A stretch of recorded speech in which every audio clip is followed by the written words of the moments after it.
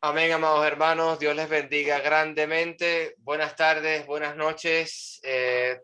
Continuamos con los estudios con mi hermanito Raulito Díaz. Vamos a estar reflexionando en la palabra. Dios les bendiga grandemente, amados hermanos. Buenas tardes, queridos hermanos. Un gran abrazo para cada uno de ustedes. Qué gusto poder un miércoles más reunirnos para juntos ser edificados y ser enseñados por la palabra de Dios. Vamos vamos a continuar hablando un poco acerca del libro de Hebreos, así que le invito a abrir su Biblia conmigo en el libro de Hebreos. Como lo hemos visto en clases anteriores, en reuniones anteriores, estuvimos analizando un poco el contexto y la circunstancia de la que viven los destinatarios de la carta, y eso nos lleva a entender un poco la razón o la ocasión del por qué el autor escribe este libro, cuál es la intención, cuál es el motivo, la motivación y la ocasión, lo que impulsa y mueve al autor a escribir. Como hemos estado viendo, lo que vemos a lo largo del contexto es que los hermanos a los que el autor le escribe están pasando por un momento difícil en su fe. Algunos de ellos, su fe ha comenzado a menguar, otros se han debilitado, sus rodillas se han paralizado, sus brazos se han caído, según el capítulo 12. En el capítulo 10, como lo estuvimos analizando, por la mente de algunos ha pasado el hecho de retroceder. Algunos han comenzado a deslizarse, según el capítulo 2, porque han dejado de prestar con diligencia atención a las cosas que hemos sido enseñados, en las cuales hemos oído. Algunos han comenzado a descuidar la salvación, otros el corazón se le ha endurecido por causa del pecado. Entonces vemos que las razones del desánimo espiritual en la vida de los destinatarios y en la vida nuestra puede ser distinta. Vimos por lo menos tres razones, por lo que vemos en la carta, que pueden producir desánimo espiritual en nuestras vidas. Una tiene que ver con las tribulaciones, los padecimientos y los vituperios que veíamos en el capítulo 10, que pueden muchas veces llegar a ser una causa, un motivo del desánimo y el enfriamiento espiritual. Otra, según vimos en el capítulo 3, en el versículo 13, que otra razón puede ser el engaño del pecado que endurece nuestros corazones, dice el capítulo 3, versículo 13, para que ninguno de vosotros se endurezca por el engaño del pecado. Entonces el pecado puede llegar a engañarnos, a hacernos tropezar, a endurecer el corazón a tal punto que retrocedamos en nuestras vidas espirituales y nos alejemos y nos apartemos, en este caso, de la verdad que está en Jesús. Y otra, como lo estudiamos en la clase anterior profundamente, tiene que ver con el hecho de dejar de oír con atención la palabra que hemos oído, el mensaje que hemos oído, y eso tiene referencia específicamente a oír a Jesús. No olvide que el capítulo 1 comienza el autor, y el autor no se identifica, sino que comienza inmediatamente poniendo toda la atención en el Hijo, en Jesús. Y vemos que en el capítulo 1 y versículo 2 nos da algo muy importante que tiene que ver con lo que vamos a encontrar en el desarrollo de toda la carta, que es que Dios nos ha hablado muchas veces, de muchas maneras. En otro tiempo le habló a los padres por medio de los profetas, pero en este tiempo nos habla específicamente a través de el Hijo. Y esa referencia es porque los hermanos a los que le escribe han comenzado a desviarse, a alejarse y apartarse de la verdad que está en Jesús, escuchando y oyendo otras cosas específicamente que tienen que ver con la ley, pensando en retroceder. Entonces hay algo interesante aquí. Estuvimos estudiando cómo el autor usa todo el capítulo 1 para introducir la primera exhortación que quiere darnos, que vemos en el capítulo 2. Entonces veíamos que todo el capítulo 1 nos va a mostrar quién es Jesús, las características de Jesús, que Dios nos habla a través de él, que Jesús es el heredero de todo, que Jesús es el que hizo el universo, que Jesús es el resplandor de su gloria, que Jesús es la imagen misma de su sustancia, que es el que sustenta todas las cosas con la palabra de su poder, y la posición que se encuentra Jesús, que está sentado a la diestra de la majestad de las alturas. Desde el versículo 4 en el capítulo 1 hasta el versículo 14 nos mostró, y estuvimos desarrollando, el autor nos va a mostrar al Jesús hecho superior a los ángeles. Jesús es superior a los ángeles porque a ninguno de los ángeles dijo Dios jamás, mi hijo eres tú, yo te he engendrado. Todo lo que vemos en el capítulo 1 es una muestra de quién es Jesús, la posición en la que se encuentra y la superioridad o la supremacía de Jesús referente o respecto a los ángeles. Y todo lo que nosotros vemos en el capítulo 1 es para introducir la primera exhortación que tiene que ver con no dejar de prestar atención con diligencia a las cosas que hemos oído. La razón, versículo 2 del capítulo 2, porque si la palabra dicha por medio de los ángeles fue firme y toda transgresión y desobediencia recibió justa retribución, la pregunta para nosotros es, ¿cómo escaparemos si descuidamos una salvación tan grande?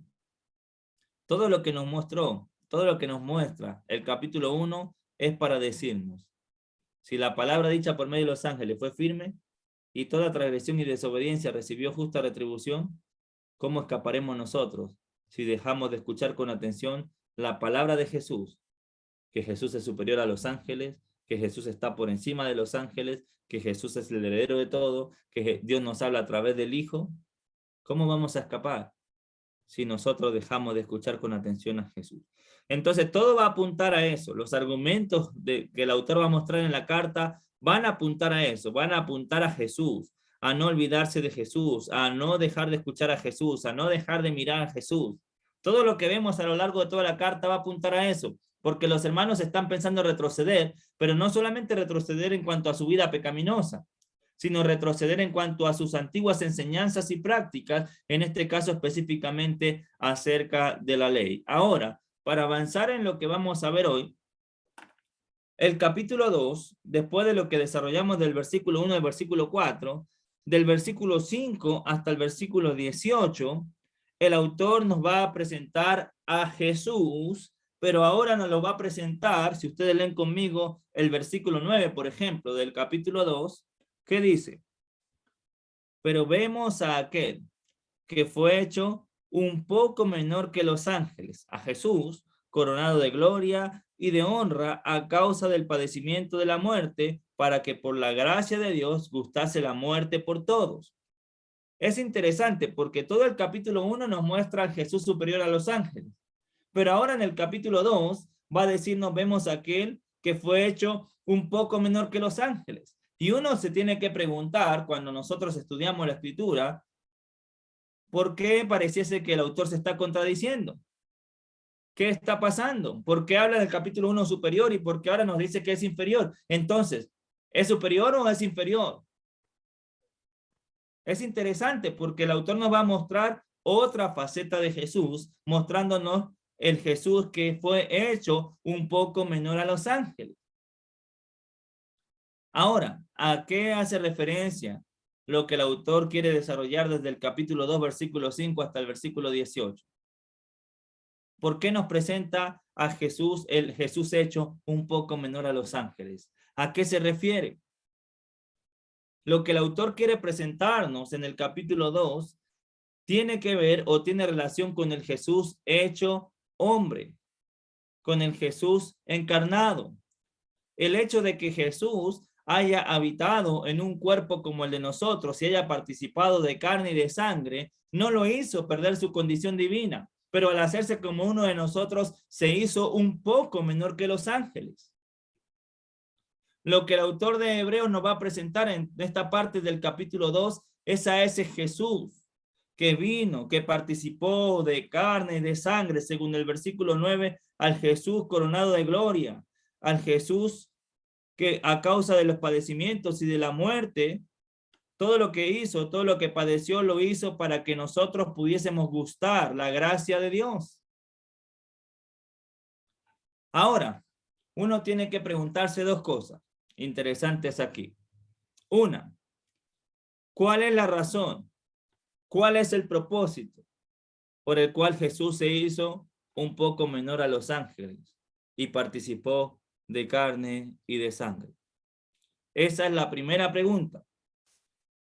La segunda pregunta que debemos hacernos cuando nosotros abordamos este pasaje es el entender por qué razón, para qué, con qué propósito el autor nos presenta al Jesús hecho hombre. ¿Cuál es la fluidez de ideas y para qué el autor nos va a presentar al Jesús hecho un poco menor a los ángeles? Vamos a responder parte de la primera. ¿Por qué razón Jesús se hizo un poco menor a los ángeles? ¿Cuál fue la motivación y cuál es el propósito? según lo que nosotros vemos al final del versículo 9, leamos versículo 9 y versículo 10, pero vemos a aquel que fue hecho un poco menor a los ángeles, a Jesús, coronado de gloria y de honra a causa del padecimiento de la muerte. ¿Para qué?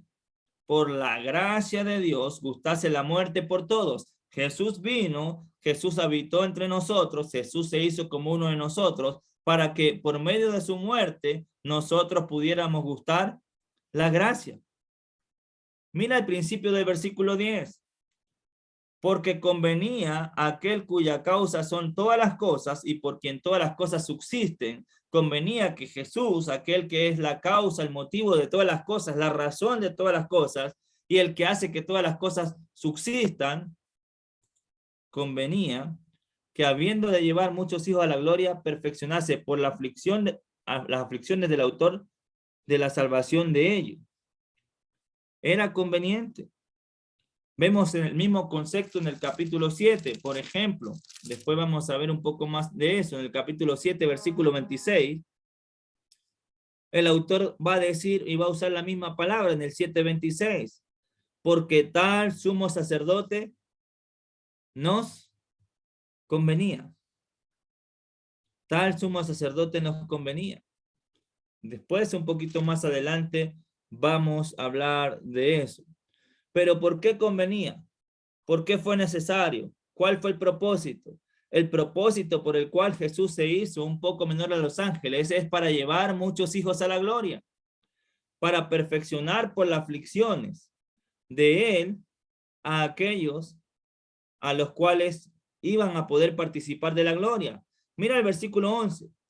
Porque el que santifica y los que son santificados de uno son todos, por lo cual no se avergüenza de llamarlos hermanos. Jesús y nosotros somos de uno solo. Por lo tanto, Jesús no se avergüenza de llamarnos hermanos. Ahora, vamos a avanzar un poco porque no es esto lo que quiero darle énfasis.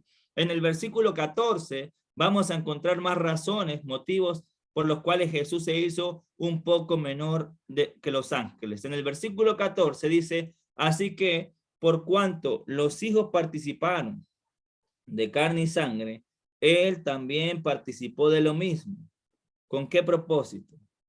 Para destruir por medio de la muerte a aquel que tenía el imperio de la muerte, esto es, al diablo. Eso quiere decir que Jesús participó de carne y de sangre, se hizo un poco menor que los ángeles en el momento de su encarnación, con el propósito de venir a hacerse como uno de nosotros y por medio de su muerte destruir a aquel que tenía el imperio de la muerte. Esto es al diablo. Jesús triunfó sobre el diablo, Jesús triunfó sobre la muerte, resucitando al tercer día con poder. Entonces, uno de los propósitos por los cuales él vino y participó de carne y de sangre era para destruir la muerte y destruir a aquel que tenía el imperio de la muerte.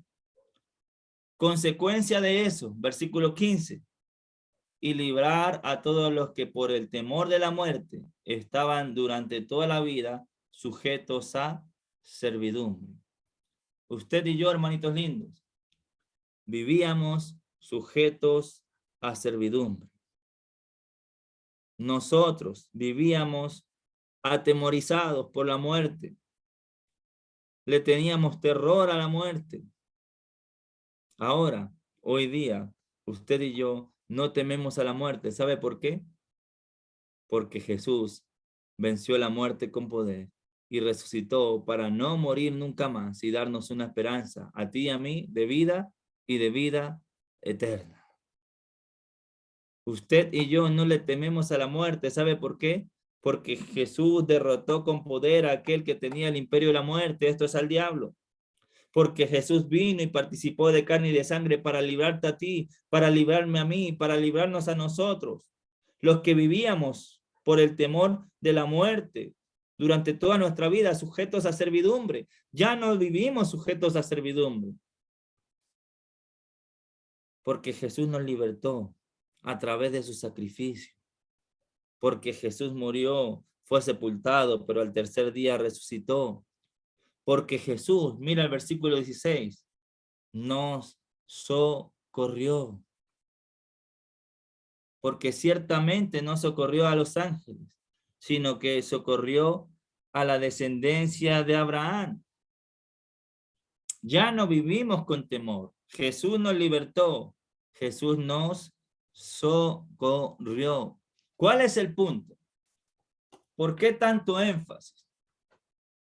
¿Por qué es tan importante entender lo que Jesús hizo para liberarnos, para socorrernos, para ayudarnos y para quitarnos el temor? Porque si hay algo que los hermanos a los cuales el autor le escribe, deben entender, ¿sabe qué es? Que no pueden ni deben alejarse bajo ningún concepto de aquel que nos libertó, de aquel que nos socorrió, de aquel que nos quitó el temor, de aquel que destruyó al que tenía el imperio de la muerte, esto es al diablo, y de aquel que se entregó y participó de carne y de sangre por amor a nosotros. Hermanitos lindos, si hay alguien del quien no debemos alejarnos jamás, si hay alguien a quien debemos escuchar cada día en nuestras vidas con atención, si hay alguien que nosotros debemos mirar para seguir su ejemplo, si hay alguien que debemos obedecer cada día en nuestras vidas, es a Jesús. Si hay algo que nosotros necesitamos en nuestras vidas, es a Jesús. Más que cualquier cosa, por encima de todas las cosas. Lo que usted y yo y lo que los destinatarios necesitan es a Jesús. ¿Por qué? Hay más razones. Mira el versículo 17. Por lo cual debía ser en todo semejante a sus hermanos. Él vino y participó de carne y de sangre. Él vino y se hizo como uno de nosotros. Él vino, según el versículo 17, para ser en todo semejante a nosotros. ¿Con qué propósito? Para venir a ser misericordioso y fiel sumo sacerdote en todo lo que a Dios se refiere, para expiar los pecados del pueblo. Aquí hay un concepto interesante y es algo que el autor va a mencionar a lo largo de toda la carta con mucha fuerza. El autor nos va a presentar a Jesús como nuestro gran sumo sacerdote. ¿Cuál era el propósito? ¿Cuál era la labor que desempeñaba el sumo sacerdote? ¿Qué hacía el sumo sacerdote en favor del pueblo? El sumo sacerdote era una figura muy importante para los judíos. Los judíos entendían la necesidad de tener un sumo sacerdote santo, fiel y en el cual ellos pudieran confiar. El sumo sacerdote tenía como una de las principales labores interceder delante de Dios por el pueblo, ofreciendo sacrificios por él y por el pueblo una vez al año. El sumo sacerdote entraba al lugar santísimo una vez al año para derramar sangre ajena, ofreciendo sacrificio por él, pero también intercediendo delante de Dios por el pueblo. ¿Por qué tanto énfasis el autor en presentarnos a Jesús como nuestro gran sumo sacerdote?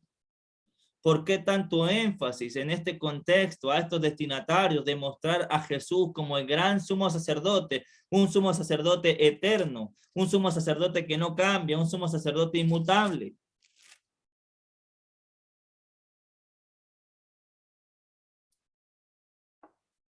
No podemos tener un mejor sumo sacerdote que Jesús. Si hay algo que los destinatarios tienen que entender, es que no puede, no hay, ni jamás va a haber alguien que interceda mejor por ellos que Jesús. Si hay alguien que nosotros necesitamos tener en nuestras vidas, es a Jesús como gran sumo sacerdote. Fíjate por qué. Nada más en este verso hay algunas características importantes y resaltantes de Jesús como sumo sacerdote. ¿Cuáles son las características que el autor va a resaltar de Jesús como sumo sacerdote? El versículo 17 dice, por lo cual debía ser en todo semejante a sus hermanos para venir a ser misericordioso. Usted y yo contamos con un sumo sacerdote que es misericordioso. Jesús como sumo sacerdote tiene misericordia de ti. Por eso intercede delante de Dios cada día por ti y por mí, por la misericordia que Él tiene por nosotros.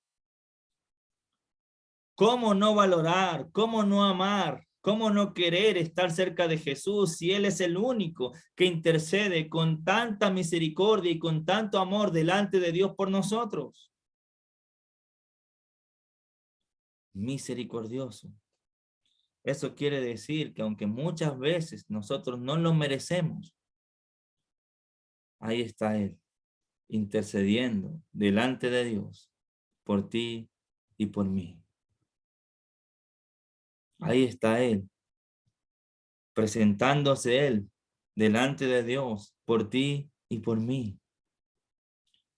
El sumo sacerdote se presentaba delante de Dios para interceder por el pueblo. Lo hacía una vez al año, como dije hace rato, y lo hacía con sangre ajena.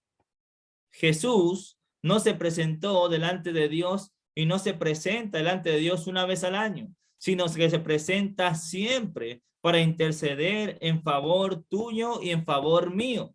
No para ofrecer sangre ajena, sino que se presentó delante del Padre para ofrecerse a Él mismo como sacrificio, derramando su propia sangre. ¿Cómo no amar y no valorar este gran y maravilloso sumo sacerdote? Un sumo sacerdote que según el capítulo 7,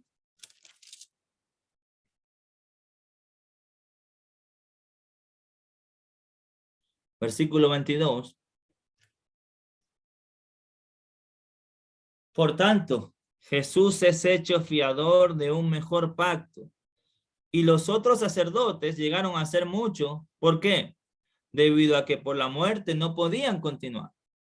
Jesús es eterno. Eso quiere decir que el sumo sacerdote con el que usted y yo contamos es un sumo sacerdote eterno, que intercede por nosotros por siempre y para siempre. Amén. Versículo 24. Mas este, Jesús, por cuanto permanece para siempre, tiene un sacerdote inmutable. Por lo cual, versículo 25, también, porque Él es eterno, porque su sacerdocio es inmutable, porque su sacerdocio es eterno, por esa razón, Él mira lo que puede hacer contigo y conmigo. ¿Qué puede hacer? Puede salvar perpetuamente a los que por Él se acercan a Dios. Viviendo una vez al año, viviendo siempre para interceder por ellos. Hermanito lindo, ¿cómo alejarnos de Él? Si Él es el único que puede interceder con tanta misericordia por nosotros delante de Dios. ¿Cómo alejarnos de Él si Él es el único que puede interceder por siempre y para siempre por ti y por mí? ¿Cómo alejarnos de Él si Él es el único que puede salvarnos perpetuamente si nosotros nos acercamos a Dios por medio de Él? ¿Cómo alejarnos de Él si Él es el único que va a interceder por nosotros siempre? Amén. Ese es el gran sumo sacerdote con el que nosotros contamos. El pueblo de Israel entendía la necesidad de contar con un sumo sacerdote en el cual ellos pudieran confiar. El pueblo de Israel entendía la necesidad de contar con un sumo sacerdote que viviese una vida de acorde a lo que Dios quería. El pueblo de Israel entendía la necesidad de tener un sumo sacerdote que fuese santo, para que cuando ofreciera sacrificio Dios pudiera aceptarlo. Ahora, nosotros tenemos un sumo sacerdote. Mira estas características, versículo 26. Porque tal sumo sacerdote nos convenía. ¿Por qué? Mira estas características. Porque Él es santo, Él es inocente, Él es sin mancha, Él es apartado de los pecados y es hecho más sublime que los cielos. ¿Ustedes creen que el Padre no va a aceptar que Él interceda por nosotros con estas características? Él es santo, Él es inocente, Él es apartado de los pecados y Él es hecho más sublime que los cielos. Ese es el gran sumo sacerdote con el que usted y yo hoy contamos. Quizás para nosotros no es tan fuerte o no entendemos la magnitud del mensaje de lo que el autor de Hebreos está diciendo, pero los destinatarios sí entienden, porque ellos más que nadie saben la importancia que tiene el hecho de tener y contar con un sumo sacerdote bueno. Hermano, lo que el autor de Hebreos quiere decirnos es que lo único que nosotros necesitamos en nuestras vidas es contar con Jesús como sumo sacerdote, acercarnos a Dios por medio de él y nunca, pero nunca alejarnos de aquel que puede salvarnos perpetuamente y de aquel que intercede por nosotros cada día delante de Dios. Amén. Volvamos al capítulo 2. Estamos en el versículo 17. El sumo sacerdote con el que nosotros contamos no solamente es misericordioso, sino que dice el versículo 17 que es fiel, sumo sacerdote en todo lo que a Dios se refiere. Y la palabra fiel que se usa ahí en el versículo 17 tiene el sentido o el significado de digno de confianza, confiable. Nosotros podemos confiar total y absolutamente en nuestro gran sumo sacerdote porque Él es fiel. Él es digno de confianza. Por eso no hay nada ni nadie mejor que Jesús en nuestras vidas. No hay nada mejor que contar, que tener, que oír, que seguir, que obedecer a Jesús como sumo sacerdote en nuestras vidas. Lo peor que le puede pasar a un cristiano no es pasar por tribulaciones. Acuérdense que los hermanos estaban o pasaron por tribulaciones. Lo peor que le puede pasar a un cristiano no es, como vimos en el capítulo 10, pasar por gran combate de padecimientos, vituperios, tribulaciones. Lo peor que le puede pasar al cristiano no es que le quiten todas las cosas como las sufrieron ellos, que sufrieron la pérdida de todo. Lo peor que le puede pasar al cristiano es dejar de tener y contar con Jesús como sumo sacerdote por dejar de oírlo y por alejarse de él.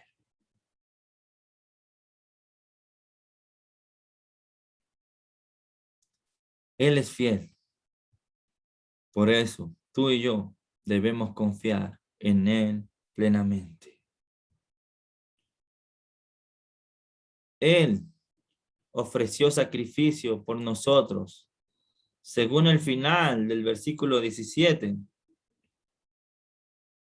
dice para expiar los pecados del pueblo. Él ofreció sacrificio, él ofreció expiación, no por los pecados de él, sino por los pecados nuestros.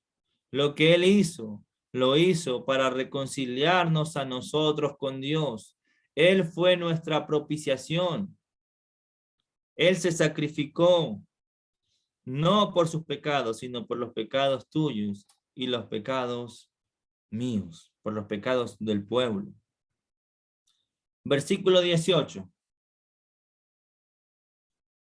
Pues en cuanto Él mismo padeció siendo tentado, es poderoso para socorrer a los que son tentados.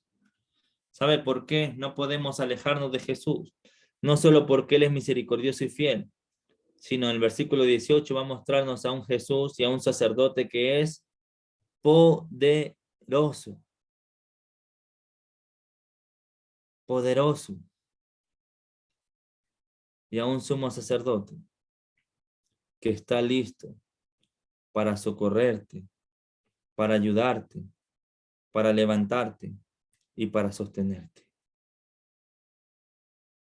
Un sumo sacerdote que entiende tus luchas, que entiende tus batallas, que entiende tus debilidades, porque fue tentado, al igual que tú y al igual que yo, pero es poderoso para socorrerte. No hay nadie, absolutamente nadie, que pueda socorrerte de la manera que Él lo hace. No hay nadie que pueda levantarte y ayudarte con el poder que Él lo hace. No hay nadie que pueda entenderte de la manera que Él lo hace, porque Él padeció y fue tentado como tú y como yo. Mira el capítulo 4, versículo 15. Porque no tenemos un sumo sacerdote que no pueda compadecerse de nuestras debilidades. Tenemos un sumo sacerdote que nos socorre, que nos entiende, que se compadece de ti y de mí. Por eso, si en esta tarde estuviste lejos de Dios, si en esta tarde sientes que tu ánimo ha decaído, si en esta tarde sientes que tus rodillas se han paralizado, que tus brazos se han caído, si sientes que tu fe ha menguado, que se ha debilitado,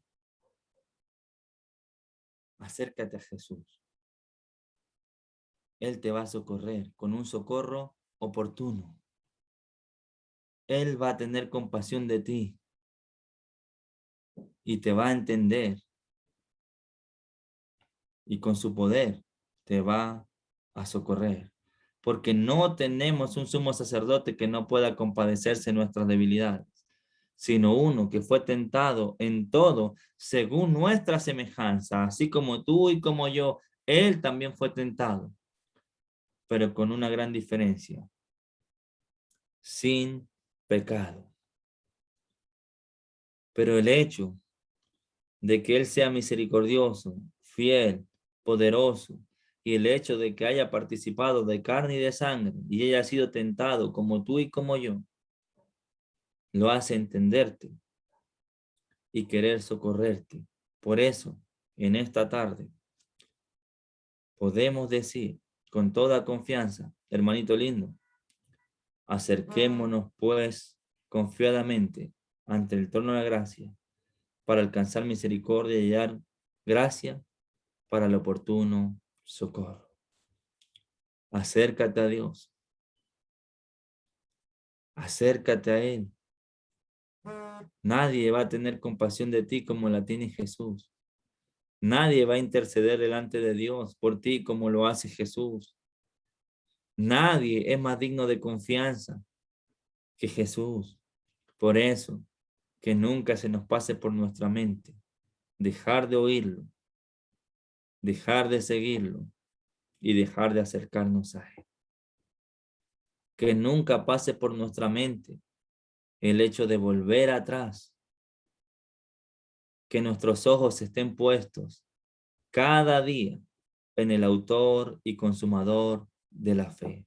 Él puede salvarte perpetuamente porque intercede delante de Dios por ti siempre. Amén.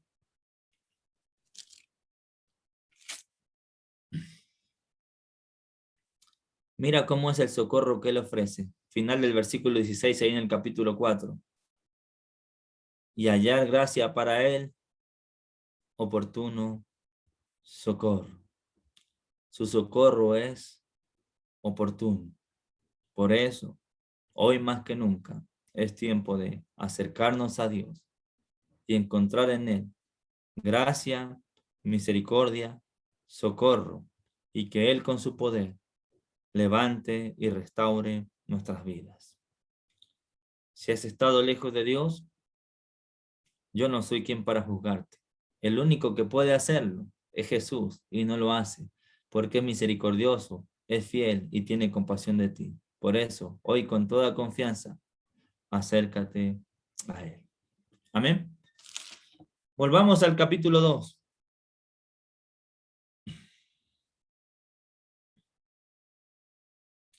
Entonces entendemos un poco la respuesta a la primera pregunta. La primera pregunta era el propósito, la razón por la cual Jesús se hizo un poco menor que los ángeles. Ya podemos entender que se hizo un poco menor a los ángeles, no solamente para librarnos del que tenía el imperio de la muerte, no solamente para quitarnos el temor y el hecho de que viviéramos en servidumbre, sino que participó de carne y de sangre para hacerse misericordioso y fiel sumo sacerdote, para sufrir como tú y como yo, y de esa manera poder llegar a compadecerse de ti, a socorrerte, a entenderte y ayudarte. La segunda pregunta tiene que ver el por qué el autor de Hebreos nos presenta esto. ¿Por qué el autor de Hebreos nos presenta al Jesús hecho un poco menor de los ángeles? Básicamente tiene que ver con dos razones. Una, si los hermanos a los que el autor le escribe entienden la importancia de Jesús como sumo sacerdote y lo privilegiado que somos nosotros al hecho de contar con Él, que Él sea el que interceda por nosotros delante de Dios, no nos vamos a alejar nunca de Él, porque en Él encontramos socorro, porque en Él encontramos misericordia, porque en Él podemos depositar toda nuestra confianza, porque Él intercede por nosotros no una vez al año, sino siempre, porque Él te entiende, porque podemos alcanzar gracia por medio de Él, porque Él puede perfeccionarnos y presentarnos delante de Dios y llevarnos a la gloria. Por esa razón no podemos alejarnos de Él. Pero no solo por eso nos presenta el autor de Hebreos lo que estamos desarrollando en el capítulo 2, sino que también, ¿sabe por qué? ¿Qué dice la primera expresión del capítulo 3? Las primeras palabras del capítulo 3. Por tanto. ¿Cómo comienza el capítulo 2? Por tanto. ¿Sabe lo que quiere decir eso? Que todo lo que vemos aquí en el capítulo 2, desde el versículo 5 hasta el versículo 18, el autor de Hebreos sabe para qué lo está usando.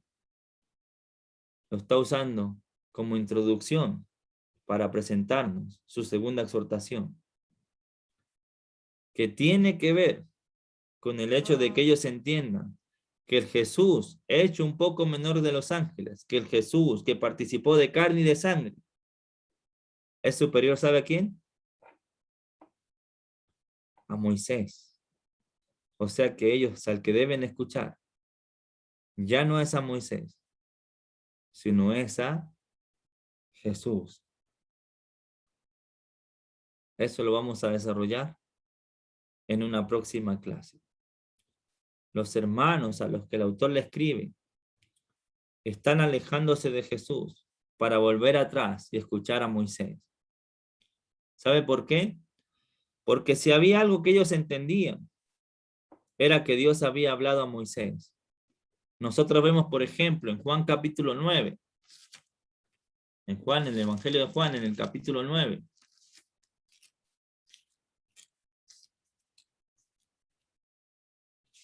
en el versículo 29, cuando Jesús sana al hombre que nació ciego, y después de que le preguntan una y otra vez al ciego quién fue el que le hizo el milagro, le devolvió la vista. En el versículo 26 le volvieron a decir, ¿qué te hizo? ¿Cómo te abrió los ojos? Él respondió, ya os he dicho y no habéis querido oír. ¿Por qué queréis oír otra vez? ¿Queréis también vosotros haceros sus discípulos? Y le injuriaron y le dijeron, tú eres su discípulo, pero nosotros discípulos de Moisés somos. Versículo 29. Nosotros sabemos que Dios ha hablado a Moisés. Si algo entendían los judíos, si algo reconocían los judíos, si algo aceptaban los judíos, es que Dios le había hablado a Moisés y que Moisés había hablado de parte de Dios al pueblo. Los argumentos que está presentando el autor de Hebreos en el capítulo 2 es para decirles, si ustedes creen, reconocen, saben y entienden la importancia de Moisés y lo escuchan, el Jesús hecho menor que los ángeles, el Jesús hecho hombre, su palabra es más importante que la palabra de Moisés, porque Jesús es superior a Moisés. O sea que todos los argumentos que vemos aquí en el final del capítulo 2 es para decirle al pueblo de Israel, escuchen a Jesús con atención. Si el pueblo de Israel no pudo entrar a la tierra prometida por no obedecer y no escuchar con atención a Moisés, ¿cuánto más creen ustedes si dejan de escuchar a Jesús? Si la palabra de Jesús no solo es superior a la palabra de los ángeles, sino que es superior al mensaje que Moisés le transmitió, o a Moisés. Esa es la razón por la cual el autor nos presenta lo que nos presenta en el final del capítulo 2. Para terminar, hermanos, y como aplicación para nosotros, no podemos tener un privilegio más grande en nuestras vidas que contar con Jesús, que tener a Jesús interviniendo, intercediendo cada día por nosotros delante de Dios. No existe privilegio más grande que contar con un sumo sacerdote que es misericordioso, que es fiel y que es poderoso. No hay privilegio más grande que contar con un Jesús que tiene compasión de ti, que te entiende y que te va a socorrer en el momento oportuno si tú te acercas a Él. El mensaje para ti y para mí en esta tarde es que por ningún concepto, por ninguna razón, por ningún motivo, te alejes ni te separes de Jesús. Escúchale cada día de tu vida con atención, con diligencia. Préstale mucha atención a Él y a su palabra. Síguele, ámale, obedécele y nunca te separes de Él. Y si por alguna razón sientes que tu vida hoy se está alejando de Él, o te alejaste de Él, o sientes que tu ánimo, tu fe ha menguado o ha decaído, hoy es un buen día para acercarnos a Él confiadamente y alcanzar misericordia, acercarnos al trono de la gracia para alcanzar el socorro oportuno. Que Dios les bendiga. Muchas gracias por el tiempo, por la disposición de corazón. Que Dios nos ayude a todos a poder seguir estando cerca de Jesús, escuchando su voz, siguiendo sus pasos y obedeciendo su palabra.